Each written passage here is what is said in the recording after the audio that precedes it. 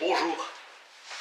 Jean Leduc, les historiens et le temps, conception, problématique, écriture. Le temps n'est pas une toile de fond neutre où s'inscrivent des faits du passé, mais une construction, Braudel. Le temps n'est plus un absolu. Le Goff, le temps est le matériau fondamental des historiens. L'histoire a toujours une dimension temporelle irréductible. Le Goff invite les historiens à se demander comment les hommes d'autrefois pensaient.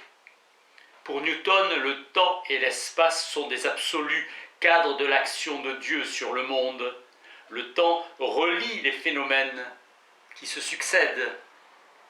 Avec Einstein, le temps n'est pas un absolu, c'est une réalité matérielle et contingente, quatrième coordonnée de l'espace-temps.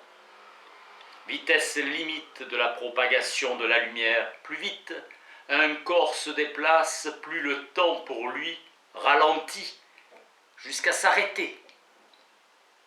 Le temps est orienté, flèche du temps et irréversibilité. Réalité flexible, le temps est relatif.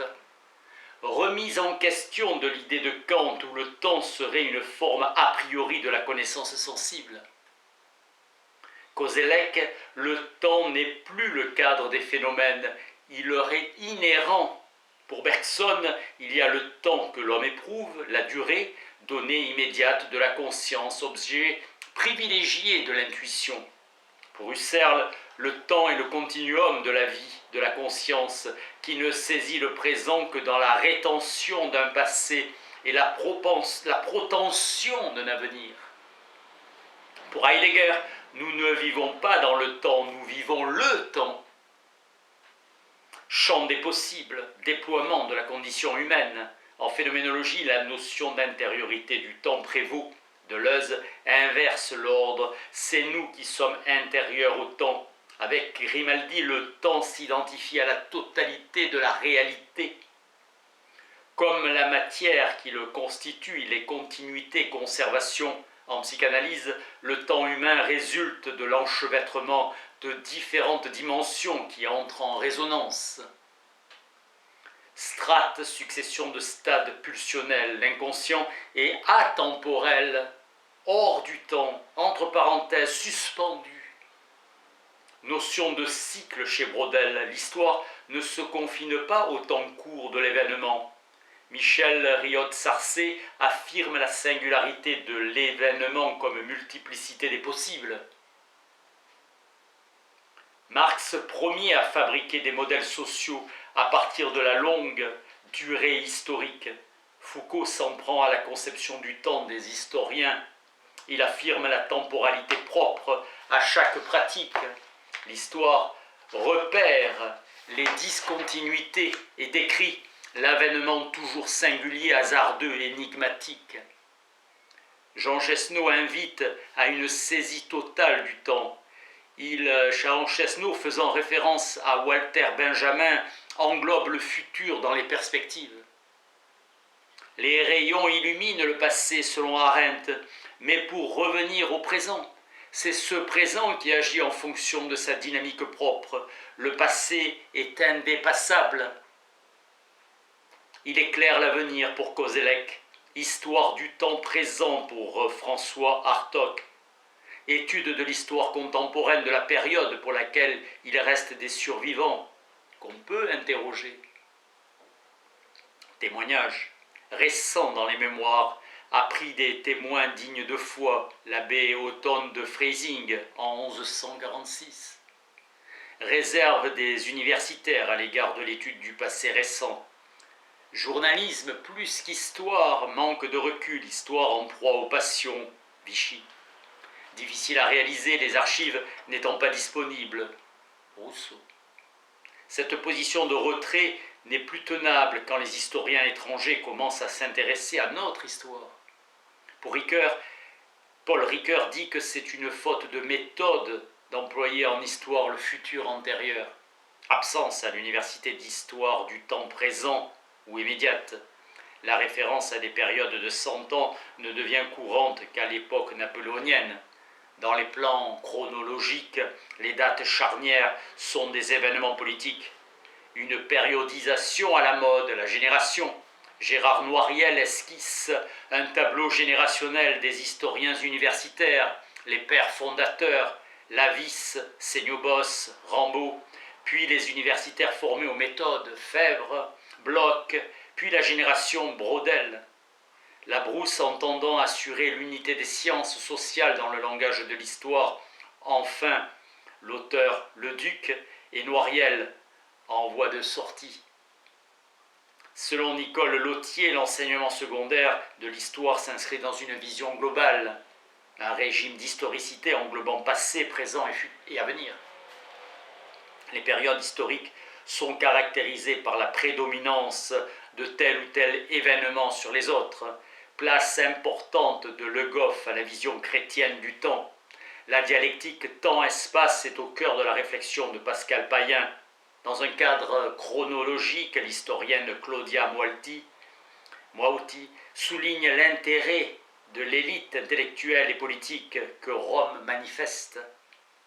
Daniel Fabre étudie la culture paysanne sur une longue période et montre que l'on se situe par rapport aux saisons, aux fêtes religieuses, aux mutations de baux, le bail commercial, le bail, les baux. Daniel Milhaud aborde les problèmes de périodisation, fabrication de l'ère chrétienne de l'an 1000 du siècle, intérêt de la notion de génération, réflexion sur le calendrier républicain. Le Goff a voulu une histoire des mentalités médiévales sur la question du temps. Temps de référence et une conférence internationale décide en 1885 l'adoption d'un temps universel. Cependant, la vitesse de rotation de la Terre est irrégulière du fait des oscillations de l'axe des pôles et des mouvements internes de l'atmosphère. Recours au temps atomique international. Depuis 1967, la seconde est définie par la radiation de l'atome de césium-133. Durée de 9 192 631 770 périodes. Au VIe siècle, un religieux anglais, Dionysius Exigus, propose comme point de départ la naissance du Christ, qu'il fixe au 25 décembre de la 753e année après la fondation de Rome. Il faudra attendre le roi Charles IX pour que le début de l'an soit officiellement fixé en France au 1er janvier. L'ère juive a pour point de départ la création en 3761 avant Jésus-Christ. L'ère musulmane, l'hégire, en 622 de l'ère chrétienne. Organisation interne de l'année. Sosigène d'Alexandrie en 46 sur ordre de Jules César. Calendrier solaire, 7 mois de 31 jours. Le monde chrétien utilise ce calendrier julien, mais sera recalé sous le pontificat de Grégoire XIII en 1582. On saute 10 jours, l'orthodoxie refuse cette réforme, le protestantisme l'adopte qu'au XVIIIe siècle. Pour les Chinois, 2 calendriers, un solaire, un lunaire. Pour les musulmans, un calendrier lunaire. Pour les juifs, calendrier lunisolaire. Au XVIIe siècle, nom du jour, nom du saint ou de la fête. À partir des années 1970 est mise en cause la spécificité du texte historique. Ditley, Jasper, Weber ont dénié à l'histoire, discipline où l'homme est sujet et étudiant et objet étudié, toute capacité à l'explication. Arthur Danto affirme que l'histoire est inhérente à la narration. Décrire et expliquer n'est pas distinct. L'explication se fait par la mise en intrigue pour Hayden White, tournant linguistique pour les narrativistes. White invite les historiens à se tourner vers la linguistique et l'herméneutique. Application au texte historique de la critique littéraire. Langage, système fermé de signes, où la réalité n'est pas une référence extérieure au discours, mais est constituée par le langage. White analyse Michelet, Ranke, Tocqueville, Marx, Burckhardt, Nietzsche, Croce, et affirme le formalisme de son approche. Il y a code préalable à tout énoncé opérant une mise en intrigue, nature inéluctablement poétique des ouvrages d'histoire. L'histoire est pour lui un genre littéraire comme un autre. Elle n'a pas de régime de vérité supérieur aux autres genres littéraires. Le roman est l'histoire, une forme de connaissance du réel. Narrativisme appartient au vocabulaire de la psychanalyse, désignant un courant qui remémore le passé et sa reconstitution véridique, privilégie l'élaboration d'un récit cohérent. Elle ne saurait être une science usant du langage courant alors qu'il n'y a pas de science sans langage technique. Valéry considérait déjà le roman et l'histoire comme deux genres apparentés relevant du jeu de la fiction. Michel Jarotti précise: le roman est un moyen d'être, l'histoire un moyen de connaître.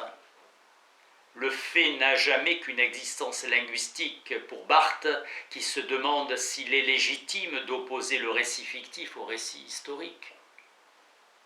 Paul Veyne ose dénier à l'histoire tout caractère scientifique et affirme que, comme le roman, elle explique en racontant, précisant que c'est un roman vrai ou un récit véridique. Oui, on peut, dit Certeau, avoir l'impression d'une distorsion entre la recherche et l'écriture. L'écriture ordonne chronologiquement, la recherche part d'un lieu, et écrire substitue la successivité à la causalité. Le texte est clos, la recherche inachevée. Selon Christophe Pomian, il y a besoin de fiction rendant une dimension sensible du passé, mettant en scène des acteurs collectifs, reconstruction de la partie visible d'un passé aux vestiges lacunaires. De Certeau parle d'un aspect feuilleté. Paul Ricoeur pense que l'action humaine se temporalise par le récit. Il n'y a de temps pensé que raconté. Le temps est inhérent à l'être. Nous vivons le temps. L'histoire est toujours compréhension par le récit. Entrecroisement entre récit historique et récit de fiction. La littérature est recherche de soi. L'écrivain n'écrit pas pour dire quelque chose, il écrit pour se dire. Des historiens utilisent le présent de l'indicatif comme temps de base de la narration. Choix de Renouvin ou Chastenay, pionnier dans une thèse de doctorat d'Emmanuel Leroy-Ladurie en 1966. Cette tendance se confirme par la suite et finit par être dominante.